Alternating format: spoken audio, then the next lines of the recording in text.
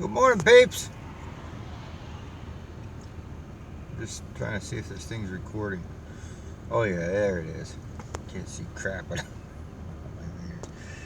I'm just heading in to try and get something done here this morning. But I just felt compelled to stop and say a few words. You know, it's a tough time with everything going on with this Corona and COVID-19 and whatnot. But I gotta say, I'm very encouraged. I'll tell you what, just watching Fox News. I'm working close to home, and with things the way they are, I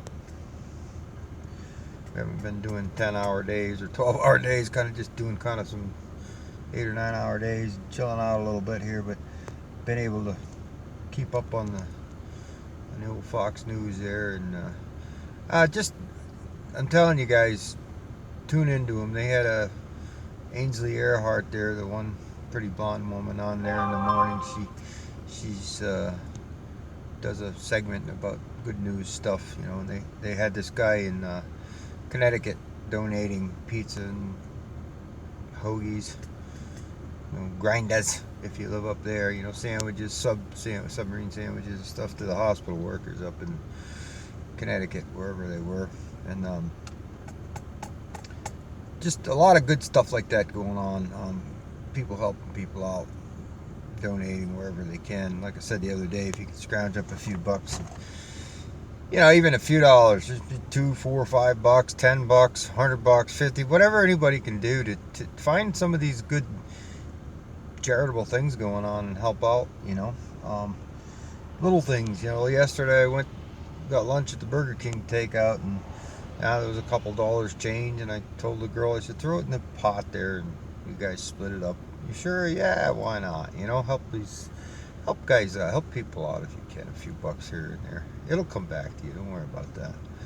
But just saying this stuff, whatever. Trying to keep everybody encouraged and feeling good. There's a lot of good. I was sitting there thinking to myself, boy, imagine, I don't know, just imagine how hard things were, maybe even like the Spanish flu epidemic that killed so many people in 1918. Think of the modern conveniences they didn't have that we do. Like this little doodad I'm speaking to you on right now. They didn't have that. They didn't have television. They didn't have, I don't even think, 1918, they didn't have radio. A lot of people didn't have electric lights yet. We got a lot of good stuff. Even if you do have to stay home, gosh, you got TV, you got video games, you got, the internet, you got, it's still not that bad. Compared to poor folks that, years ago, we got it good. And I want to say something, and I know this might spark controversy. I don't care if it does or not. A lot of people are hesitant to get political on the YouTube channel. I don't care. I just tell it like it is, or the way I see it, which I believe mostly is the way it is. But I think I'm kind of the mayor of real town here, but I'm so damn proud of Trump and Pence and the team they put together. And I've been into politics for a long time. And one of the reasons I moved out of Rhode Island and out here to Western Pennsylvania was pretty much politics and what it cost to live up there and what the taxes were. And you really didn't ever own a home because the taxes were so exorbitant. Property taxes, it was just, put it this way, when Mammy and I built a new house up there on property which we owned, 5 acres, and we built a nice little, not a big, nice conservative little cape, 28 by 32 or something. Wasn't a palatial palace. It was nice because we did a lot of homegrown things. We had some of our own lumber milled in it, and downstairs we had a nice stone fireplace built. But in other words, it wasn't a mansion. It was just a nice middle class home. And at the time, the mortgage payment on it was like $780, which wasn't bad. I had to consolidate some business debt and whatnot, and blah blah. But the property taxes at that time were $425 a month on top of, and that was back in 1990 or 91. Yeah, 90 or 91. And the kid who bought it, I remember at the closing, they were going to escrow, because the millage had just went up again, they were going to escrow $480 a month for property tax. So I didn't see a future there. I just didn't. With the property taxes and the way things were, and the politics of the area, I wanted to get out of there. So I saw an opportunity and I took it, and I moved out here.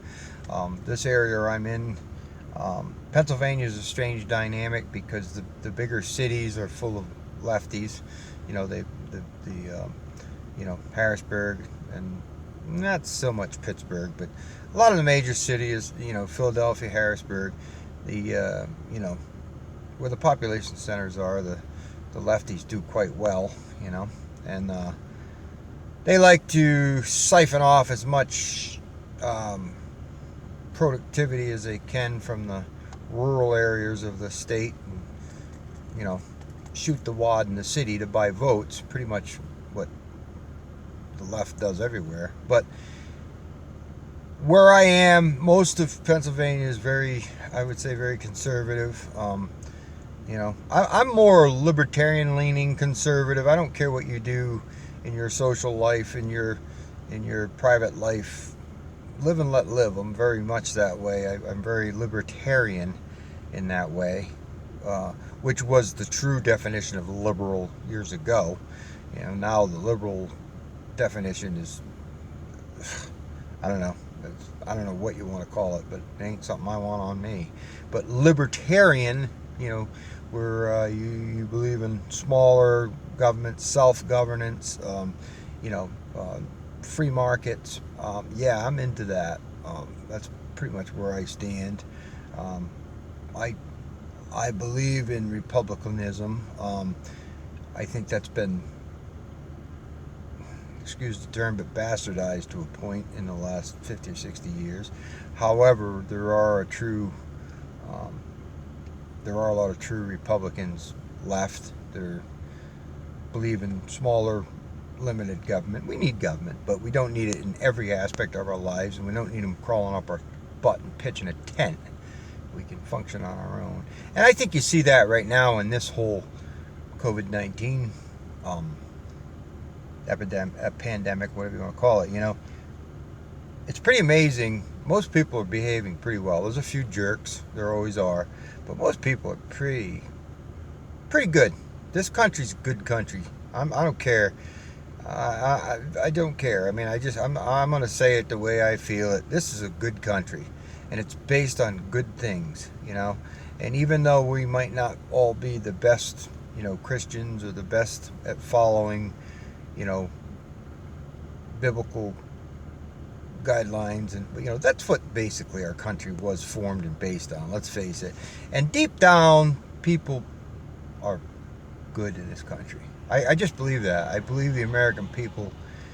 I'm not so sure about floods and floods and floods of immigrants from other places that don't understand what I'm talking about. Although, given time, most of them will adopt and see, boy, these people got a good thing here. Let's become part of it. And more the merry. I don't care what color or creed or religion you are. But don't come here and try and destroy us. Come here and help. Come here and, be part of the movement. That's great. We're all for that, whoever you are. But don't come here and, demand that I become a Muslim, or you're going to cut my head off. That's not going to go over quite so well. You can come and be a Muslim, and Allah bless you. I don't care. I'll be your neighbor, and I'll love you as my neighbor and be concerned for you. But don't come tell me that I got to accept you, or not you, but your, religion or your extremism, or you're going to,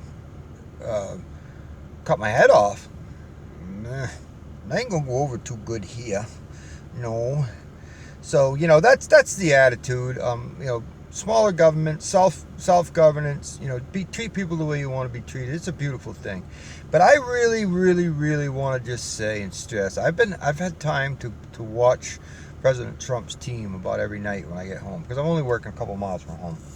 And I'm telling you what, I've been into politics, like I said, for about 30 years, pretty heavily, paying attention to what's going on, how the back channels work and everything. And I'm telling you what, I never thought I'd live to see a day when we got a guy who is so real. Could he be an asshole once in a while? Yeah, probably. You know what I mean? But he's my asshole. Sorry about the language, but no, this dude, I believe he didn't need money, really didn't need fame, because he had all them shows and stuff. Everybody knew the Trump name. So I don't believe he's doing this for anything but a pure love for this country and the opportunity it's afforded him, and the opportunity I think it can afford. I think he thinks can afford a lot of people. Like Ronald Reagan said, a rising tide lifts all boats, And I really, truly believe this man believes this. And I'm so proud that he's in charge right now of what's going on. And let's face it, have we ever seen, like him or not, you people who don't like him, you got to admit, this dude gets stuff done. I mean, this dude rolls up his sleeves and gets it done like nobody I've ever seen in politics before.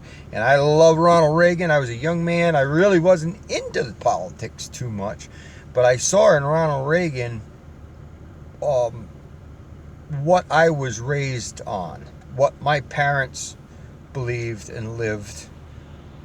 I saw in Ronald Reagan, and I think I was starting to get into it then. And I think he kind of brought the chickens home to roost for me. In other words, wow, I really do believe what he's saying, the philosophies of smaller government and self-reliance and whatnot. And I really became to love and respect Ronald Reagan, and I still do. And I remember then some of the nasty, just untrue stuff that was said about him, and that got me paying attention to what can go on the opposite side of it, and the dirty, low-down tricks they'll use to just. That's why I am very skeptical of anything that comes out of the mouths of Pelosi and Schumer and some of the left, the leadership. And when I say that, I'm not talking about rank and file Democrats. I was a Democrat till I feel my eyes were opened up and I just couldn't contribute anymore to that party. And I changed years ago, 30 some years ago, whenever I changed my affiliation. But when I first registered to vote, I registered Democrat because I thought that was the way to go, And when I looked into stuff, I couldn't take it anymore, so I changed. But that being said, I really believe the rank and file, a lot of the rank and file Democrats, and probably some Republicans too, don't pay much attention to every day what's going on until it's time to vote. And then a lot of people are kind of thinking, well, geez, how's this going to affect me? Just me, my pocketbook or whatever, and not maybe the whole, taking consideration of the whole realm of things and long-term longevity. What are these programs going to do and whatnot, Be right back. Yeah, okay, I'm back. Anyway, I think we need to pay attention more than just, 2 weeks before it's time to vote. Pay attention. Pay attention to which party is trying to at least abide somewhat by our Constitution. I know that's been shredded a bit, but with all that said, I just basically wanted to say how proud I am of this president and his team and the American people. And it ain't all doom and gloom. We'll be all right. And it's going to be a rough ride, no doubt, and we're just gonna have to look out for one another.